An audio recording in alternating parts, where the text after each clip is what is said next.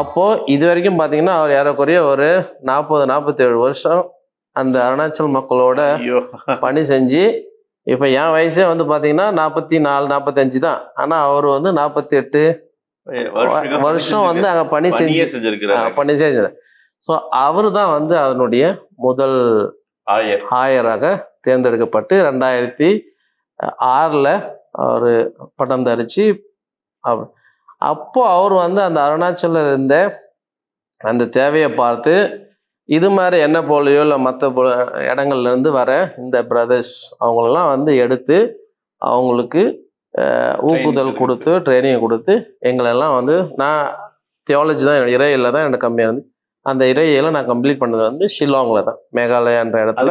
அங்கே மியாவ் டைஸில் போயிட்டு அப்போ நான் அந்த பிஷப் வந்து இங்கே அஸ்ஸாமில் ஒரு இடத்துல வச்சு நான் பார்த்தது. அது வந்து சோஷியல் ஃபாரம் அப்படின்ட்டு ஒரு இடம் இருக்குது நார்த் ஈஸ்ட் ரீஜனில் அஸ்ஸாமில். அந்த இடத்துக்கு வந்து பிஷப்பை பார்த்து பேசிட்டு அப்போ அவர் சொன்னார், அருணாச்சல் வந்து மலைவாழ் மக்கள், நீ வந்து சவுத்துலேருந்து வந்திருக்கிற தமிழ்நாடு பிளைன் ஏரியா, அதனால் வந்து உனக்கு அங்கே பிடிக்குமா பிடிக்காதா எல்லாம் வந்து இப்போ ஒன்றும் சொல்ல முடியாது, நீயும் வந்து முடிவு எடுக்க முடியாது. நீ வந்து ஒரு வருஷம் அங்கே பணி செய், ரீஜென்சி பண்ணு, அந்த ஒரு வருஷத்தில் உனக்கு எப்படி இருக்குதுன்னு பிடிச்சிருந்தா நீ தங்கு. அதே போல் நாங்களும் வந்து உன்னுடைய நடவடிக்கைகள் பழக்க வழக்கங்கள்லாம் பார்த்து எங்களுக்கும் வந்து பிடிச்சிருந்தா நாங்கள் எடுத்துக்கிறோம் அப்படின்ற அந்த கண்டிஷனில் தான். ஸோ நான் இங்கே ஏற்கனவே வந்து ஒரு பலோட்டைனில் இத்தனை வருஷம் இருந்துட்டு அங்கே போயிருக்கிறேன்னும் போது என்னுடைய பிஹேவியர்ஸ் வந்து அவருக்கு ரொம்ப பிடிச்சிருந்தது. அதில் வந்து என் மேலே ரொம்ப நம்பிக்கை வச்சு உடனே மற்ற என்னுடைய கம்பேனியன்ஸ்லாம் பார்த்தீங்கன்னா 2 இயர்ஸ் அவங்க வந்து ரீஜென்சி பண்ணியிருக்கிறாங்க. அப்போ என்ன வந்து ஒரு 1 இயர்லேயே வந்து ஒரு 2 இடத்துல போட்டு என்னை உடனே தியாலஜிக்கு அனுப்பி வச்சார். தியாலஜிக்கு அனுப்பி வச்சு அங்கே 2009 போய் நான் தியாலஜி படித்தேன். ஷில்லாங் ஓரியன்ஸ் என்ற theological college. It is a regional, அது வந்து ஒரு இந்த ஏரியாவில் ரீஜனலில் தியாலஜிக்கல் சென்டர் அது. அங்கே போய்ட்டு இறையியல் படித்தேன். இறையியல் படிச்சுட்டு 2012 நான் சாமியார் ஆனது. 2012. அதுவும் இல்லாமல் நான் சொன்ன அந்த சின்ன கிராமம் பாப்பநல்லூர், நான் தான் முதல்ல அந்த பங்கில் சாமியாருக்குன்னு படிக்க போனது நான் தான். அதுக்கப்புறம் இடையில நான் வந்துடுது. அதுக்கப்புறம் எல்லாருடைய நம்பிக்கையும் போயிடுச்சு. திருப்பி மறுபடியும் நான் இந்த லைனில் வந்து அதுக்கப்புறம் சாமியார் ஆகிறது 2012. அது வந்து எங்களோட ஊர்லேயே வந்து வச்சு கடவுளுக்கு ஒரு நன்றி சொல்கிற மாதிரியும். அதனால் நான் என் பிஷப்போட்டு சொன்னப்போ அவர் ஒத்துக்கிட்டார். வீட்டில் இருக்கிறவங்களும் எல்லாரும் வந்து ஆசைப்பட்டதுன்னா நம்ம ஊரில் வைக்கலாம், உடனே இது குரு பட்டத்தை அங்கே வைக்கலாம் அப்படின்னு அவங்க எல்லாம் சொன்னாங்க. நான் பிஷப் கிட்ட கேட்டேன். அப்புறம் பிஷப் ஒத்துக்கிட்டார். ஒத்துக்கிட்டு பிஷப் வரல, சென்னை பிஷப், செங்கல்பட்டு பிஷப் நீதிநாதன் தான் எங்கள் சொந்த ஊருக்கு வந்து எனக்கு குரு பட்டம் ஆர்டினேஷன் கொடுத்தது. இப்போ ஆர்டினேஷன் வாங்குறீங்க, அம்மா இருந்திருப்பாங்க, அதே போல் உங்களோட கூட பிறந்தவங்க, அம்மாவுக்கு பயங்கர சந்தோஷமா இருந்திருக்கும். கண்டிப்பா. என்ன சொன்னாங்க அந்த டைம்ல எல்லாம்?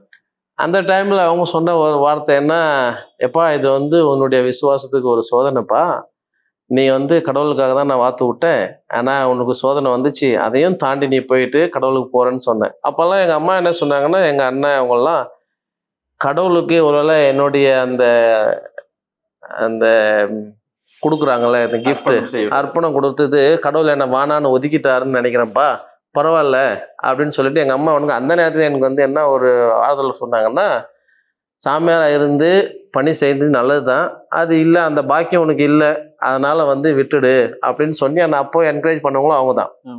இன்னைக்கு அதே அந்த மகனை வந்து அவங்க ஒரு குருவானவராக பார்த்து அவங்க சொன்ன அந்த வார்த்தை வந்து, எங்கே போய் இருந்தாலும் எந்த மக்களுக்கு நீ உதவி செஞ்சாலும் அது வந்து கடவுளுக்கு செய்கிற மாதிரி தான். அதனால் போயிட்டு எனக்கு மன சந்தோஷமாக இருக்குது, நீ வந்து கடவுளுக்கு நான் கொடுத்துட்டேன், கடவுளுக்கு கொடுத்துருக்குற அந்த ஒரு பிள்ளையாக தான் நான் பார்க்குறேன். நான் சொன்னேன், அப்போ இங்கேருந்து அங்கே வரத்துக்கு ரொம்ப தூரமா அப்படின்னு சொன்னப்போ அவங்க சொன்னாங்க, எங்கே இருந்தாலும் நல்லா இரு அப்படின்னாங்க. அந்த ஒரு சந்தோஷம், ஒரு மகிழ்ச்சி அம்மாவோட இதுக்கு. இப்போ அவங்க இல்லை, அதான் ஒரு இமோஷனல். அம்மா இல்லை. 2020 இது 2012 ஆர்டினேஷன் வாங்குது, டிசம்பர் 28. 13 நான் திரும்பி போனோம். அப்போ அவங்க என்ன சொன்னாங்கன்னா 1 இயரு ஆனிவர்சரி முடிஞ்சதுக்கப்புறம் நீ வாப்பா நம்ம ஊரில் இன்னும் கொஞ்சம், அது எங்கள் அம்மா சொல்லலை, ஆனால் எங்கள் அண்ணன் எங்கள் அக்கா அவங்கெல்லாம் சொன்னது என்னன்னா 1 வருஷத்துக்கு அப்புறம் ஃபர்ஸ்ட் ஆனிவர்சரி நம்ம செலிப்ரேட் பண்ணலாம், கொண்டாடலாம் இன்னும் சிறப்பாக அப்படின்னு. இப்போ நான் நினச்சேன்னா இந்த சொந்த ஒரு கிராமம், இது குக்கிராமம், அந்த கிராமத்தில் போயிட்டு திருப்பி இப்போ ஒரு ஆர்டினேஷன் வச்சுதே அவங்க பயங்கரமாக வச்சுருந்தாங்க. லைட்லாம் போட்டு நல்லா பந்தல்லாம் போட்டு ரொம்ப ஆடம்பரமாக தான் பண்ணாங்க. முதல் ஆர்டினேஷன் சொந்த ஊரில் அந்த குடும்பத்தில், எங்கள் குடும்பத்துலையும். ஆனால் அதே ரொம்ப நல்லா செஞ்சாங்க. இப்போ திருப்பி நான் மறுபடியும் போனால் அது வந்து ரொம்ப ஓவராக இருக்குமே அப்படின்னு சொல்லிட்டு, என்ன இது அவங்க குடும்பம் பாரு ரொம்ப ஓவராக தான் பில்டப் பண்ணுறாங்க, ஆடுறாங்க அப்படின்னு ஏதாவது ஊர் மக்கள்லாம் சில பேசுவாங்கன்றதுக்காக நானே நினச்சேன் முதல் வருஷம் தேவையில்லை, நம்ம பின்னாடி பார்க்கலாம் அப்படின்னு விட்டுட்டு நான் போகலை. அப்புறம் 2014 அம்மாவுக்கு உடம்பு சரியில்லாமல் ஆயிருக்குது. அவங்களுக்கு வந்து இந்த வீசிங் ப்ராப்ளம் இருந்துச்சு. ஓகே. அதனால் வேண்டி அவங்க ரொம்ப முடியாமல் இருந்தப்போ அவங்களுக்கு பிபி, அந்த சுகர் பிபி ப்ராப்ளம் வந்துச்சு. அதுக்கு மாத்திரை சாப்பிட்டுட்டு இருந்தாங்க.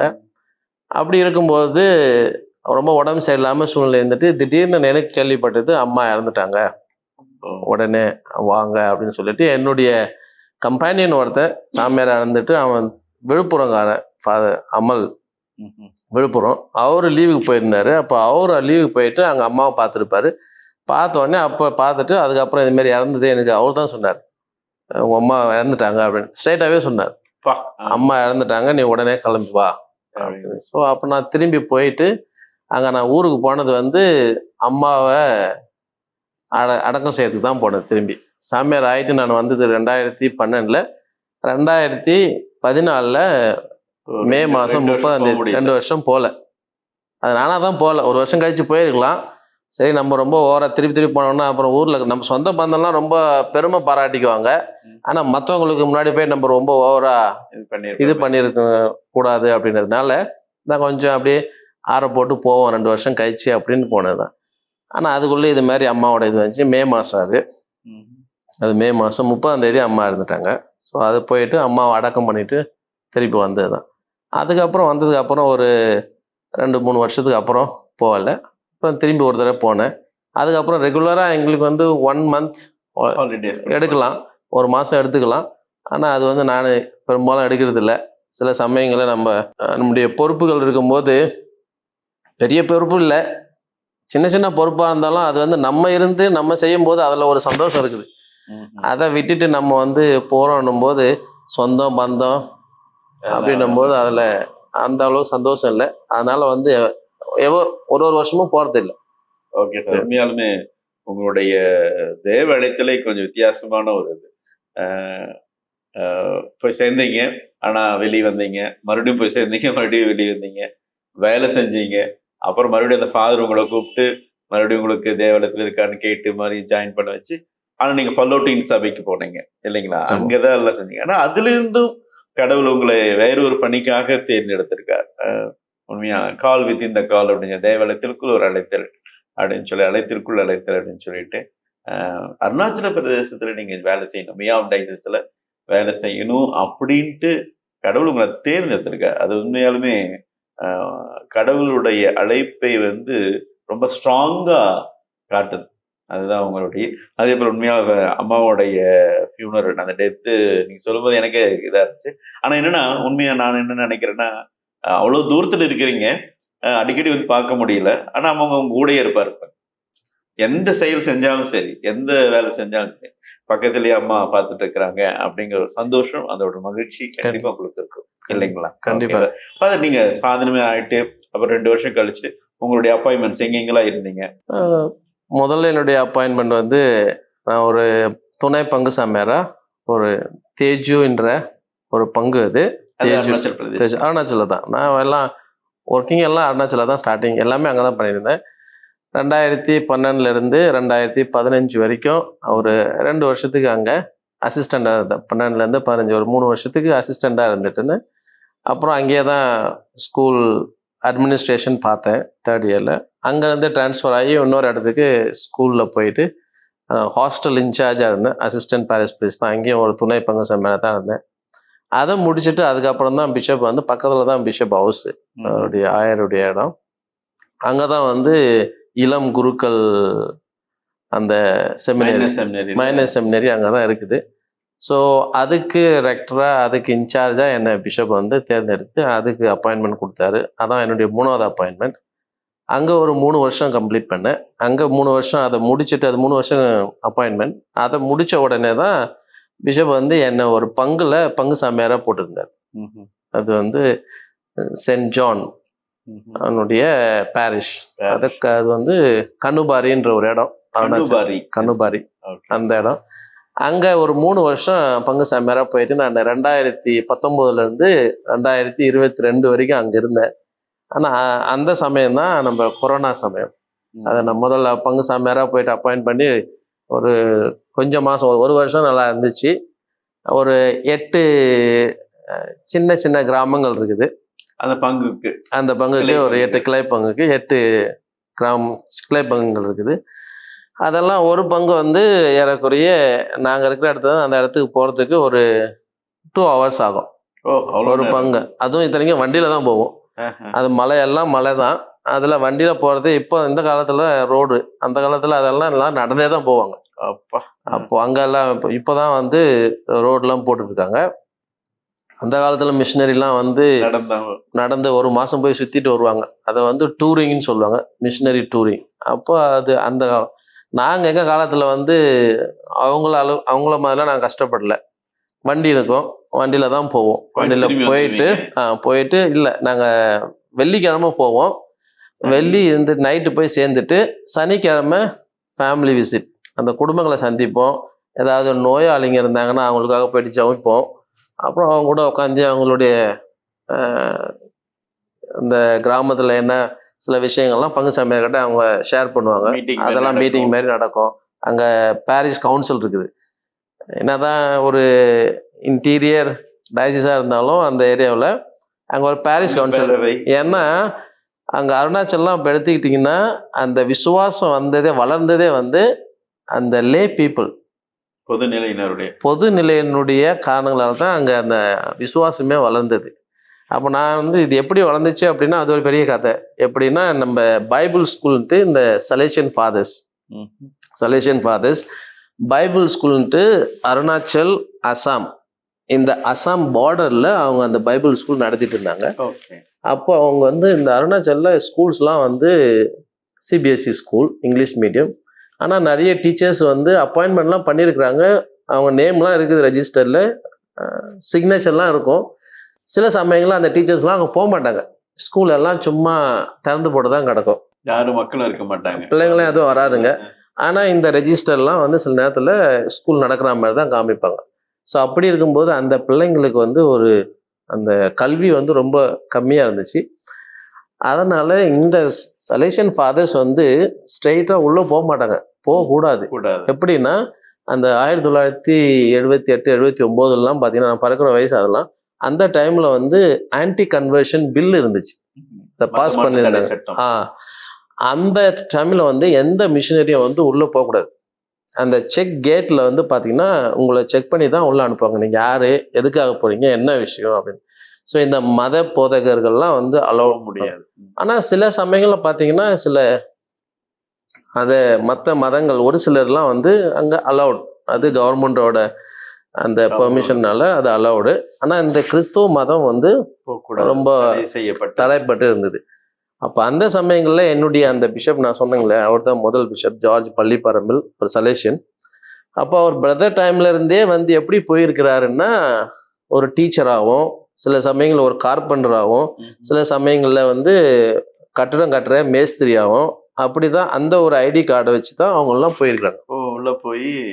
உள்ளே போயிட்டு அப்போ அந்த விசுவாசத்தை மக்களுக்கு பகிர்ந்துருக்காங்க. அவங்க கூட நேரடியாக பகிர முடியாது.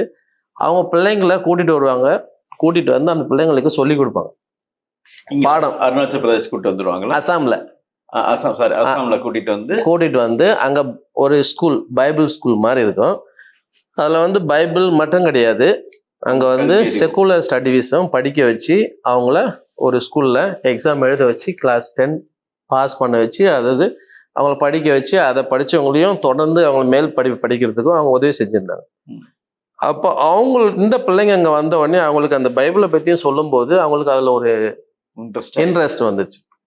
அப்போ உடனே அவங்களும் வந்து நாங்கள் வந்து இந்த இந்த விசுவாசத்தை நாங்கள் ஏற்றுக்குறோம் அப்படின்னு சொல்லிட்டு அந்த பிள்ளைங்களே வந்து முன் வந்து கேட்டாங்க. அப்போ அவங்களோட அப்பா அம்மாவோட உத்தரவு மூலமாக தான் அவங்கள வந்து அந்த ஞானஸ்நானம் கொடுத்து, அப்போ இந்த பிள்ளைங்க திரும்பி போகும்போது இவங்க தான் வந்து அவங்க அப்பா அம்மா, அவங்க தாத்தா பாட்டி எல்லாருக்கும் இயேசுனா யாரு, இந்த மதம்னா என்ன, கிறிஸ்துவ மதம்னா என்ன, அதனுடைய கொள்கைகள் என்ன, அதனுடைய கருத்துக்கள், அதெல்லாம் வந்து இந்த பிள்ளைங்க தான் வந்து அவங்களுக்கு சொல்லிக் கொடுக்கும். அந்த பிள்ளைங்களோட அந்த வார்த்தைகள் அவங்களுடைய மொழியிலேயே இந்த பிள்ளைங்க பேசி சொல்லி கொடுக்கும்போது அவங்க அதை ஏற்றுக்கிட்டாங்க. அப்போ அதை ஏற்றுக்கிட்டவங்க எப்படி பார்த்தீங்கன்னா, அந்த பஞ்சில் இந்த தண்ணியை ஊற்றும்போது அது உறிஞ்சிக்குது பார்த்தீங்களா, அப்படி உறிஞ்சின அந்த பொதுமக்கள் தான் அந்த விசுவாசத்தை மற்றவங்களுக்கு சொல்லி கொடுத்து, இந்த வந்த பிள்ளைங்களும் பார்த்தீங்கன்னா சில நேரத்தில் பெரும்பாலும் வந்து இந்த ராஜான்னு சொல்லுவோம். நம்ம ஊரில் வந்து ராஜான்னா பெரிய மாளிகை, அந்த கிராமங்களில் ராஜான்னா அந்த ஊருக்கு ஒரு ஹெட்மேன். அப்போ அவங்க பிள்ளைன்னும் போது அந்த ஹெட்மேன் வந்து கன்வின்ஸ்ட் ஆயிட்டாருன்னா அந்த ஊரே வந்து அவர் சொல்றது தான் கேட்கும். ஊர் தலைவர். ஸோ அவர் சொல்ற அந்த கருத்தை கேட்டுக்கிட்டு அப்போ அவர் வந்து கிறிஸ்துவ மதத்தில் வந்துட்டாருன்னா அந்த ஊரே அவர் பின்னாடி வந்தாங்க. ஸோ அப்படி அங்கே இருக்கு அந்த ட்ரைபல்ஸ், அந்த இதில் அந்த கல்ச்சர் இருக்குது. அதாவது அவர் வந்து கம்பூடான்னு சொல்லுவாங்க. காவ் பூடான்னா அது ஊருக்கே, அந்த காவுன்றது இந்தியில வந்து வில்லேஜ். காவ் பூடானா அது வயசானவர், பெரியவர், மூத்தவர். இந்த பைபிள்லயும் வந்து சில அந்த ஹெல்டர்ஸ் அப்படின்ற மாதிரி அவர் அந்த இது. அப்போ அவங்க பிள்ளைங்க வந்து சொல்லும்போது அது வேல்யூ இருக்குது. அப்புறம் அவங்க மதம் மாறினோடனே அந்த ஊரே மாறுது. அப்புறம் அந்த ஊரே மாறினதுக்கப்புறம் அந்த விசுவாசத்தை கைப்பிடிச்சிட்டு அவங்க தான் வந்து மற்றவங்களுக்கு சொல்லி பக்கத்து கிராமங்களுக்கெல்லாம் சொல்லி அந்த மதத்தை வந்து நான் சொன்னேன்ல, Christianity grew through this common laity. அதாவது உண்மையா நம்ம இயேசு செஞ்ச மாதிரி தான் அதுவும். அப்போ சொல்லுகிற தேர்ந்தெடுக்கிறாரு, அவங்களுக்கு போதிக்கிறாரு. அதுக்கப்புறம் அவங்க சீடர்களை 2 பேரை அனுப்புறாரு. அந்த 2 பேர் தான் போய் போதிச்சு கிறிஸ்துவ மதத்தை பத்தி அந்த நல்ல காரியத்தை பத்தி எல்லாம் சொன்னாங்க இல்லைங்களா? அதே மாதிரி தான் இங்கேயும் அந்த பிஷப் ஜார்ஜ் பள்ளிப்பரம்பில் அந்த பிஷப் வந்து தன்னோடக்கு என்ன சொன்ன குழந்தைகளை கூட்டிட்டு வர்றாரு, கல்வியறிவு கொடுத்தாரு. அந்த கல்வியறிவுல கொஞ்சம் பைபிள்ஸ் பத்தி சொல்லும் போது அவங்க போய் சொல்லி பெற்றோர்கள் அப்புறம் ஊர் தலைவர் மாதிரி அப்படியே பரவச்சு. அது வந்து பெரிய சந்தோஷமான விஷயம். அது வந்து ஒரு நம்ம ஊருங்கள்லாம் பார்த்தீங்கன்னா கல்யாணம் மாதிரி. இப்போ இந்த பிள்ளைங்க போய் சொன்னதுக்கு அப்புறம் அவங்க அப்பா அம்மா எல்லாம் ரெடி ஆயிட்டு அவங்களுக்கு சில சிஸ்டர்ஸ் போயிட்டு கேட்டகிசம் கிளாஸ் எடுப்பாங்க. அவங்க அலோவ் பண்ணுவாங்க. ஆனால் அந்த சிஸ்டர்ஸுமே வந்து மற்ற பெண்களை மாதிரி சுடிதார் போட்டுட்டு போயிருக்கிறாங்க. சில பேர் அந்த ட்ரைபல் ட்ரெஸ்ஸை கட்டிக்கிட்டு போய், யாரும் வந்து இது மாதிரி அங்கிலாம் போட்டுக்கிட்டு போக முடியாது உள்ள. அப்போ அவங்களும் வந்து வேற ஒரு உடைகளில் தான் உள்ளே போயிட்டு வேற ஒரு உடையை அணிஞ்சிக்கிட்டு தான் அவங்களோட மக்களாக இருந்து இந்த மதத்தை பற்றி எடுத்து சொல்லி அவங்கள ப்ரிப்பேர் பண்ணுவாங்க. ப்ரிப்பேர் பண்ணி அதுக்கப்புறம் எல்லாம் ரெடி ஆனதுக்கப்புறம் ஒரு சாமியாரை தெரியாமல் தான் கூப்பிட்டு போவாங்க. வேற ஒரு உருவத்தில் தான், வேற ஒரு வழியாக தான் கூப்பிட்டுட்டு போயிட்டு வேற மெய்சன் டீச்சர் அப்படின்னு சொல்லிட்டு அந்த இதுவாக போயிட்டு அங்கே ஒரு பிக் செலப்ரேஷன் இந்த வில்லேஜில். அப்போ அந்த ஊரே வந்து அப்போல்லாம் பார்த்தீங்கன்னா ஒரு நாளைக்கு ஒரு 400 பேப்டிசம் இருக்கும். அந்த ஊரே மாறுது அப்படின்னும் போது அந்த ஹோல் வில்லேஜ் என்னும் போது எல்லாருக்கும் அந்த ஞானஸ்நானம் கொடுத்து அந்த ஊர் ஒரு கிறிஸ்துவ ஊரா மாறுது. ஸோ அது மாதிரி நிறைய எக்ஸ்பீரியன்ஸ் நடந்திருக்குது.